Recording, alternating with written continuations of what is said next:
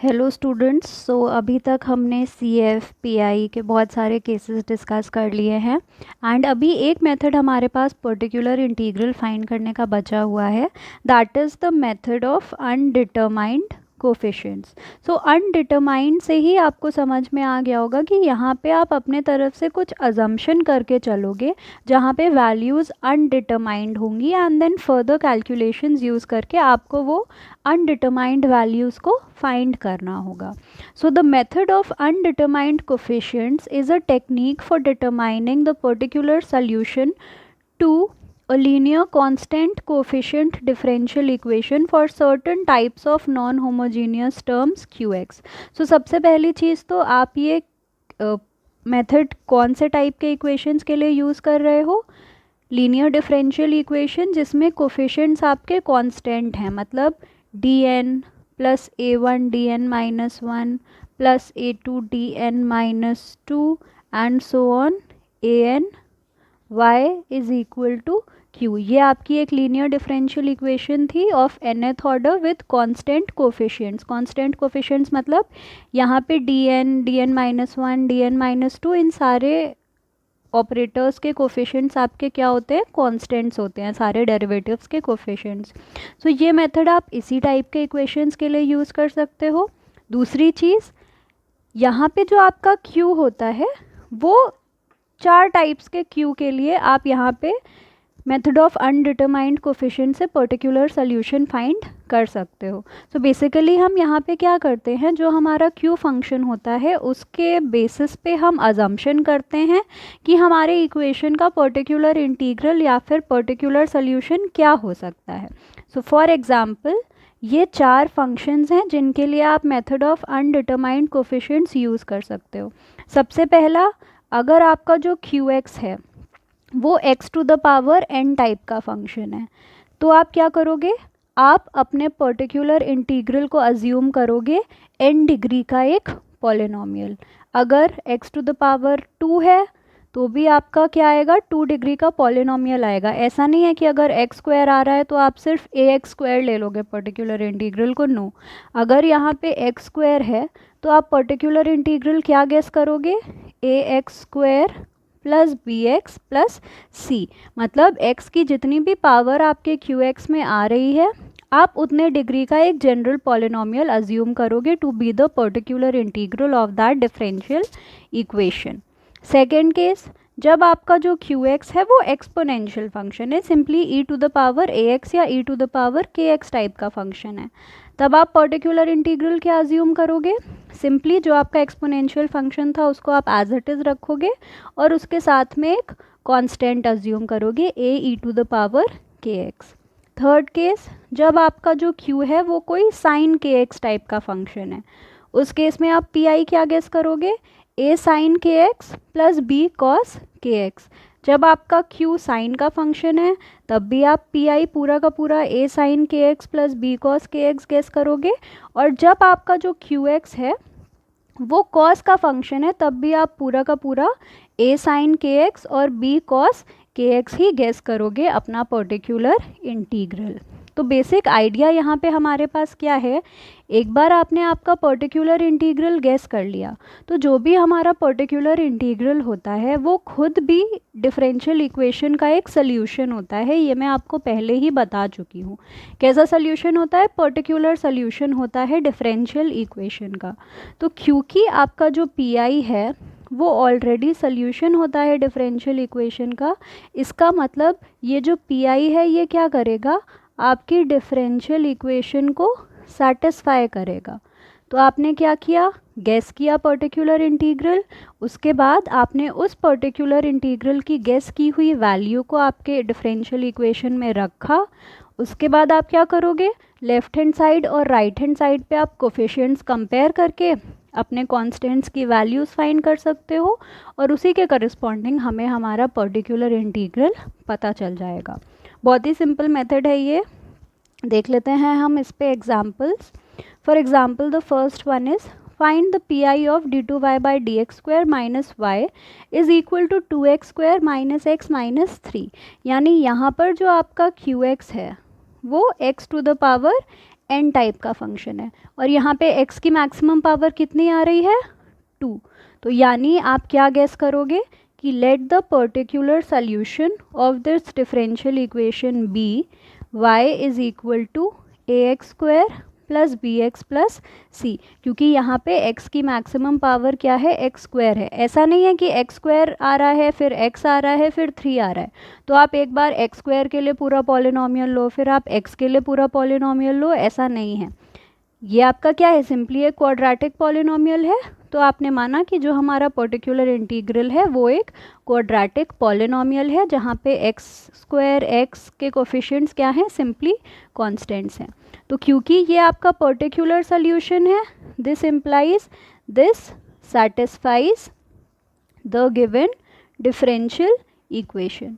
तो इसको जब आप एक बार डिफरेंशिएट करोगे आपको dy बाई डी एक्स की वैल्यू मिल जाएगी 2ax प्लस बी। एक बार और आप इसको डिफरेंशिएट करोगे तो वैल्यू मिल जाएगी d2y by D x square is equal to 2a। अब हम क्या करेंगे, ये तीनों वैल्यूज़ उठा करके हमारे ओरिजिनल डिफरेंशियल इक्वेशन में सब्सटीट्यूट कर देंगे। So what we get is 2ax plus B, d2y by D x square हमारा है 2a, so 2a minus y की वैल्यू है A X square plus B X plus C, and right hand side में जो हमारा function था उसको हमने एज इट इज़ लेके रखा हुआ है। अब हम क्या करेंगे, इसमें लेफ्ट हैंड साइड में एक्स स्क्वायर एक्स और कांस्टेंट टर्म्स के कोफिशिएंट्स देखेंगे। सो एक्स स्क्वायर का कोफिशिएंट आ जाएगा माइनस ए, एक्स का कोफिशिएंट आ जाएगा माइनस बी, एंड जो कांस्टेंट टर्म है आपका वो आ जाएगा 2a माइनस सी। अब क्योंकि आपको एक्स स्क्वायर एक्स के कोफिशिएंट्स और कांस्टेंट टर्म मिल गया है, आप इसको राइट हैंड साइड वाले टर्म में कोफिशिएंट्स से कंपेयर कर सकते हो। सो जैसे ही आप एक्स स्क्वायर का कोफिशिएंट कंपेयर करोगे आपको क्या मिलेगा, minus a is equal to 2। So यहाँ से एक ही वैल्यू आ जाएगी -2। देन जब आप x का कोफिशिएंट कंपेयर करोगे आपको मिलेगा minus b is equal to -1। यहाँ से हमें b की वैल्यू मिल जाएगी। एंड फर्दर जब आप कांस्टेंट टर्म कंपेयर करते हो तो हमें मिलेगा 2a minus c is equal to -3। a की वैल्यू हमें ऑलरेडी मिल चुकी है -2, so therefore -4 minus c is equal to -3। यहाँ से हमारे c की वैल्यू आ जाएगी -1। सो एक बार आपको a, b और c तीनों के वैल्यूज़ मिल गए। हम इसी जो हमने जनरल पर्टिकुलर सोल्यूशन मान के चले थे हम इस डिफरेंशियल इक्वेशन का, यहाँ पे हम हमारे तीनों कांस्टेंट्स की वैल्यू रख देंगे। सो देयरफॉर हमारा पर्टिकुलर सोल्यूशन क्या हो जाएगा, a की वैल्यू -2x स्क्वायर, b की value 1 so plus x, and c की value -1 so -1। Therefore this is the particular integral या फिर P of the given differential equation. इसी तरह से हम इसके एक दो एग्जाम्पल्स और देख लेते हैं सो दैट आपको आराम से इजीली ये मेथड क्लियर हो जाए। सो नेक्स्ट क्वेश्चन है, यहाँ पे हमारी डिफरेंशियल इक्वेशन क्या है, D square plus 3d minus 10y is equal to 16 E to the power 3x। यानी अब जो हमारा राइट हैंड साइड वाला फंक्शन है यानी कि जो हमारा qx है वो है E to the power kx type का। सो जब भी हमारा qx E to the power kx type का होता है by the method of undetermined coefficients हमारा पर्टिकुलर इंटीग्रल अज्यूम करते हैं y is equal to c e to the power 3x। अब क्योंकि ये पर्टिकुलर इंटीग्रल है इसका मतलब ये हमारी डिफरेंशियल इक्वेशन को सेटिस्फाई करेगा। सो अब इसको हम डिफरेंशिएट करके हमारी इक्वेशन में सब्सटीट्यूट करेंगे। एक बार डिफरेंशिएट करेंगे हमें मिलेगा 3c e to the power 3x, and दूसरी बार डिफरेंशिएट करेंगे तो हमें मिलेगा 9c e to the power 3x। ये दोनों वैल्यूज़ जब हम हमारी गिवन डिफरेंशियल इक्वेशन में सब्सटीट्यूट करेंगे तो हमें मिलेगा 9c e to the power 3x plus 9c e to the power 3x minus 10c e to the power 3x। And right hand side वाले फंक्शन में आप कुछ चेंज नहीं करते हो, उसको हमें ऐसे ही छोड़ना है। सो thus यहाँ पे अब क्या है, e to the power 3x e to the power 3x, यानी अब हमें e to the power 3x का कोफिशिएंट कंपेयर करना है दोनों तरफ सो दैट हम हमारे कांस्टेंट की वैल्यू फाइंड कर सकें। लेफ्ट हैंड साइड में एक्सपोनेंशियल टर्म का कोफिशिएंट है 8c and right hand side में एक्सपोनेंशियल टर्म का कोफिशिएंट है 16। सो यहाँ से c की वैल्यू आ जाएगी हमारे पास 2। देयरफॉर हमारा पर्टिकुलर सोल्यूशन क्या हो जाएगा, 2e⁻3x bye the method of undetermined coefficients. बहुत सिंपल मेथड है ये। और जब आपको नहीं भी बोला गया है अनडिटरमाइंड कोफिशिएंट्स यूज़ करने के लिए, तब भी आप चाहो तो पीआई ये मेथड यूज़ करके फाइंड कर सकते हो। बिकॉज आप चाहो तो चेक भी कर लेना, अगर आप इस फंक्शन का पीआई नॉर्मल जो आपका मेथड है पीआई फाइंड करने वाला, अगर आप वो यूज़ करके पीआई फाइंड करोगे तब भी सेम वैल्यू आएगी। सो एक क्वेश्चन और देख लेते हैं, उसके बाद हमारा ये टॉपिक ख़त्म हो जाएगा। बस इतना ही है इसमें। सो यहाँ पे भी हमें पी आई फाइंड करना है और राइट हैंड साइड में फंक्शन क्या है हमारा, cos 2x minus x square. यानी यहाँ पे हमारे पास दो फंक्शंस आ रहे हैं, एक फंक्शन है हमारे पास cos का और दूसरा फंक्शन है हमारे पास x⁻n टाइप का। सो हम यहाँ पे हमारा पर्टिकुलर इंटीग्रल क्या अज्यूम करेंगे, 5 cos 2x के लिए हम अज्यूम करेंगे।